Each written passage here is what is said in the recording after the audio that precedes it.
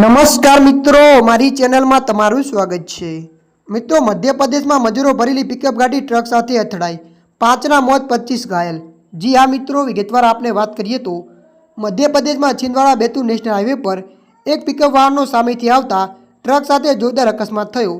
ટક્કર એટલી જોરદાર હતી કે પિકઅપના કુરચા ઉડી ગયા અને તેમાં સવાર મજૂરો દૂર ફેંકાઈ ગયા હતા।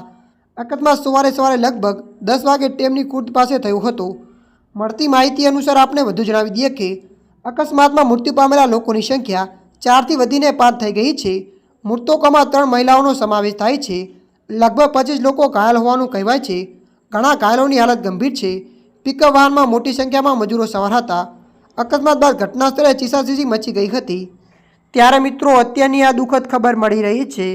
ત્યારે મિત્રો, હાલ માટે આટલું। મળીશું નવી અપડેટ સાથે। જો તમને અમારો વિડીયો પસંદ આવે, લાઇક, શેર અને સબસ્ક્રાઈબ કરી નાખજો। ધન્યવાદ।